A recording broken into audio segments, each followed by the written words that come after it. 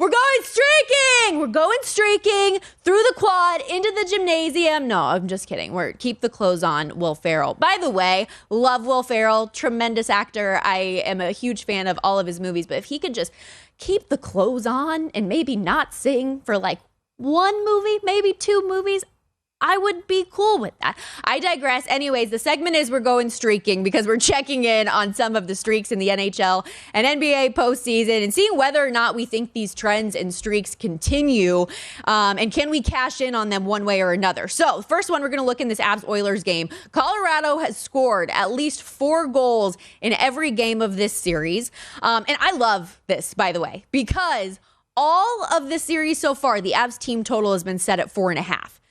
It's gone under the last 2 games with 4 goals scored in each of those by Colorado. But now that team total is set at over under 3.5. And I absolutely think this streak continues. The Avs have scored 4+ goals in 7 of their last 8 games, in fact. And the Oilers have just had no answer defensively or with Mike Smith and net for the Avalanche's firepower. Edmonton this postseason in general is allowing more than 3.5 goals per game. So what's cool about DraftKings is they give you a variety of options too.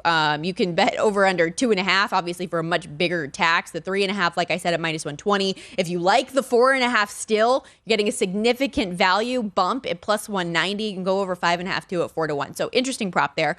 Leon Draisaitl has not scored a goal in 6 straight games. Now, we know he led the Oilers, ranked second in the NHL during this regular season in goals scored with 55, but he has not had that same goal-scoring touch since the series with Calgary, largely in part due to that high ankle injury that he's been dealing with. He hasn't quite been himself, but I could certainly see him scoring tonight with the he's due thought process. The thing I don't like about it is the even money value. So for an anytime goal scorer, I'm not interested in +100. Connor McDavid's the same price, and he's got 3 goals the last 4 games. What's even more uncharacteristic, though, which might be worth a bet, is that he's also been kept off the score sheet the last 2 games with a -3 rating. And after a stretch where he had 6 games where he had 19 points, 17 of which were assists, maybe the point prop or the assist prop are worth a little bit more of a look. -165 to have an assist, +130 to not, +115 to go over 1.5 points. In the Lightning Rangers game, the Tampa Bay Lightning have won 5 straight home games. Last loss, game 3 of round 1 against the Leafs back on May 6th. They are a -170 money line favorite in the game coming up tomorrow.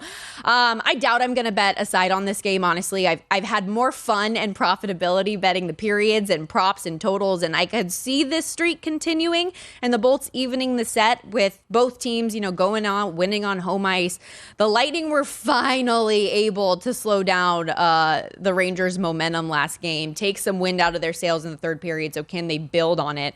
I'm just too on the fence. I really like the Rangers in this series. I'm rooting for them. My 30-1 Stanley Cup Futures ticket is rooting for them. So not taking a stance there yet. But in the prop market, perhaps Mika Zibanejad, this streak, has 1 goal in each game of the series so far.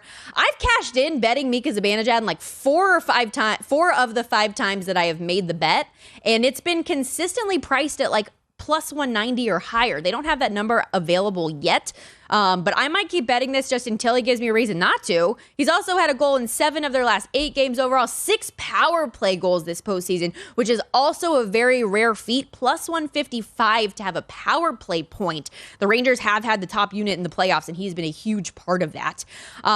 Okay, that's enough for NHL. I know everybody's eager and willing to talk more NBA, and big trend and streak for the Boston Celtics has been how successful they have been in a bounce back spot. We know the Warriors improved to 5-0 last night with that zigzag theory win yesterday. The Celtics are 6-0 in this same instance. They're a -160 favorite on the money line, -3.5 with the spread, and pick your poison.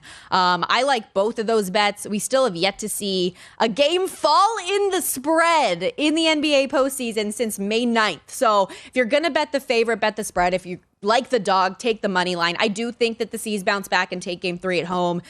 In those bounce back instances, the closest final was 4 points, which would obviously cover this number. The average margin of victory in each of those 6 wins, 15.5. And you have to remember the road with which the C's took to get here. They are battle tested 3 of those bounce backs were against Giannis and the Bucks, who won last year's title, 3 against Butler in the top seed Heat. So you have to like what you're seeing with regards to the Boston Celtics in this postseason, even though they got blown out by 19 points last night and didn't play their starters in the fourth quarter.